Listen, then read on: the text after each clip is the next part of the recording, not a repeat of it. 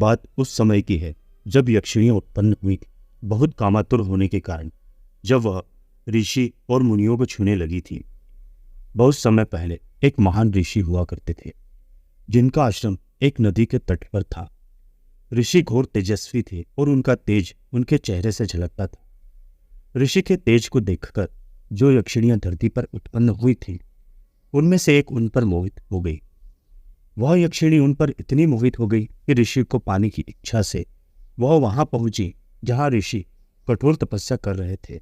ऋषि के पास पहुंचने के बाद फिर वह यक्षिणी अपनी शक्तियों से बेहद खूबसूरत शरीर धारण कर लेती है और वह अपनी कामुकताओं से ऋषि का ध्यान तोड़ने की कोशिश करने लगती है।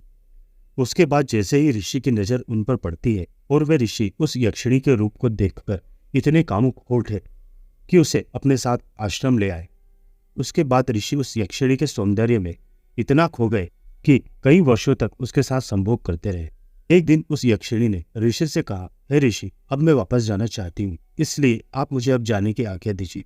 और वह यक्षिणी कुछ और ही चाहती थी। उसके दिमाग में ऋषि के प्रति कुछ और ही चल रहा था। यक्षिणी के मुंह से जाने की बात सुनकर ऋषि उदास हो गए और फिर उस यक्षिणी को कहा, अभी कुछ दिन और रुक जाओ, फिर चले जाना। ऋषि की बात सुनकर वह यक्षिणी कहती है, ठीक है, कुछ दिन और रुक जाती हूँ, पर मेरी एक शर्त है। अब हम इस आश्रम को छोड़कर पर्वतों की गुफाओं में रहेंगे और सिर्फ वहीं संभोग करेंगे। ऋषि की कामुकता इतने वर्षों में अभी तक खत्म नहीं हुई थी। इस शर्त को सुनकर ऋषि तुरंत मान जाते हैं। पर यक्षिणी ऐसा क्यों कर रही थी? क्यों आश्रम को छोड़कर पर्वतों की गुफाओं में रहने और संभोग करने के लिए कह रही थी? यह विचार ऋषि के दिमाग में घूम रहे थे। फिर ऋषि और उस यक्षिणी ने अगले कई वर्षों तक पर्वतों की गुफाओं में भोग विलास किया।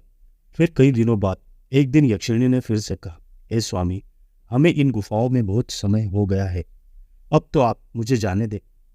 अभी भी वह यक्षिणी ऋषि के मन की बात जानने की कोशिश कर रही थी कि वह उसे जाने देंगे या नहीं, पर अभी भी उस यक्षिणी के मन में कुछ और भी चल रहा था।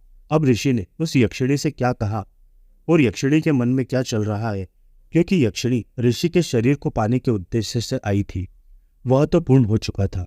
तो यक्षिणी ऋषि से क्या चाहती है, जानने के लिए हमारे चैनल को सब्सक्राइब जरूर कीजिए, क्योंकि हम इस वीडियो के दूसरे भाग में बताएंगे यक्षिणी ऋषि से क्या